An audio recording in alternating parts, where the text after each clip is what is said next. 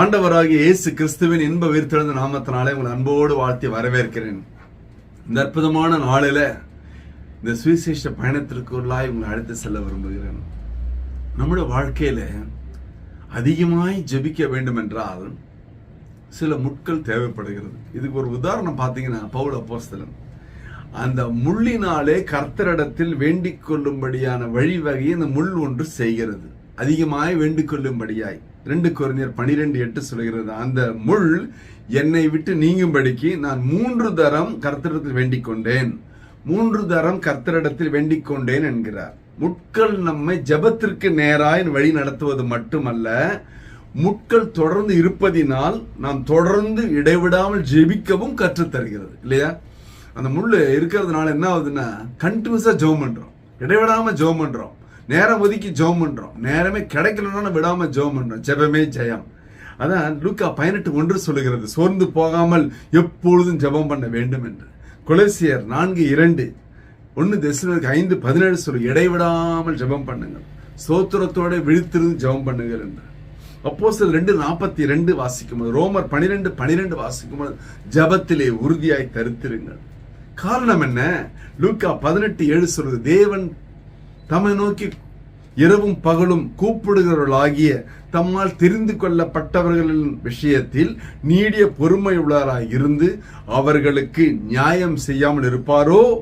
நம்முடைய வாழ்க்கையில எவ்வளவுக்கு எவ்வளவு இந்த மாதிரி முள் வருதுன்னு வைங்களேன், அதிகமா ஜெபம் பண்றோம் இல்லையா?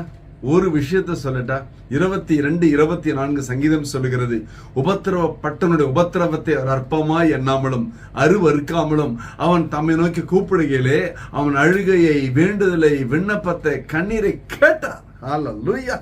கவலைப்படாம இருங்க, சந்தோஷமா இருங்க, சமாதானமா இருங்க. ஏதோ ஒரு முள் வந்துச்சுன்னு சொன்ன உடனே வாழ்க்கை முடிஞ்சு போச்சுன்னு நினைக்க வேண்டாம். இந்த முள் ஜெபத்துக்கு நேராய் நடத்துகிறது, அதிகமாய் ஜெபிக்க தூண்டுகிறது, ஆண்டவரோட அதிகமாய் உறவு கொள்ள வைக்கிறது. எபேசியர் 3:20 சொல்லுகிறது, நாம் வேண்டிக் கொள்ளுகிறதற்கும் நினைக்கிறதற்கும் மிகவும் அதிகமாய் நமக்குள்ளே கிரியை செய்கிற வல்லமை உள்ளவர்.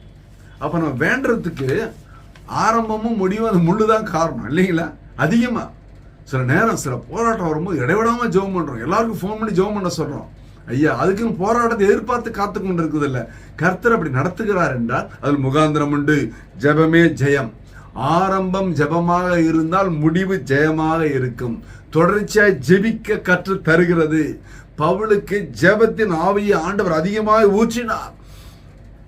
ஒருவருடைய ஜெபத்தையும் புறம்பே தள்ளாதவர், ஒருத்தருடைய ஜெபத்தையுங்க ஜாதி, மதம், இனம், குலம், கோத்திரம் பார்த்து ஆண்டவர் ஆசீர்வதிக்கிறது இல்லை. ஆண்டவர் அறிந்தவர்களோ, ஆண்டவர் தெரிந்தவர்களோ, ஆண்டவர் தெரியாதவர்களோ, ஆண்டவர் பழித்தவர்களோ, ஆண்டவர் கேவலமா பேசினவர்களோ, எவர் ஒருவரும் ஆண்டவரை நோக்கி கதறி கூப்பிடும் பொழுது உடனடியாய் கதறலை கூப்பிடுதலை கேட்கிறவர். ஹல்லேலூயா! அதாங்க உண்மை. நம்ம உடனே உடைஞ்சு போறோம். நம்ம வாழ்க்கையில ஆண்டவர் இந்த வசனத்தை அவனுக்கு சொல்ல காரணம் என்ன தெரியுங்களா? என் கிருபை உனக்கு போதும் என்று சொன்னாரே, அதன் வழியாய் இந்த ரகசியங்களை கற்றுக்கொள்கிறோம். இன்று முதல் நாம் ஜெப வீரர்களாக, ஜெப வீராங்கனைகளாக. அது மட்டுமல்ல, ஏதோ ஒரு முள் இருந்தால், ஒரு தடைகள் வந்தால் உடனே துவண்டு போக அல்ல, சோர்ந்து சுருங்கி போக அல்ல, அதிலே வெற்றி ஜெயம் எடுக்கும்படியாய், அதை சாட்சியாய் மாற்றும்படியாய், தடைக்கற்களை படிக்கற்களாய் மாற்றும்படியாய் கர்த்தர் கிருபை செய்வாராக. ஜெபமே ஜெயம். ஒரு விசை கண்களை மூடுவோம். ஹல்லேலூயா, ஹல்லேலூயா, ஹல்லேலூயா. அப்பா ஸ்தோத்திரம் ஆண்டவரே.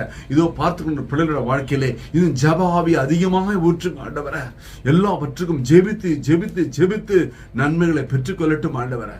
ஜெபமே ஜெயம் என்ற தாரக மந்திரத்தை வைத்து கர்த்தாவே வாழ்க்கையில சாட்சியாய் மாற்று. இயேசு கிறிஸ்துவின் உயிர்த்தெழுந்த வல்லமையான நாமத்தினால என் தேவனதை செய்யும்படியா இம்முடைய பாத வழியிலே தாழ்மையாய் ஒப்பு கொடுத்து ஜெபித்து ஜெயம் எடுக்கிறோம். ஜீவனுள்ள நல்ல பிதாவே, ஆமென். கர்த்தர் உங்களை ஆசீர்வதிப்பாராக. Praise the Lord.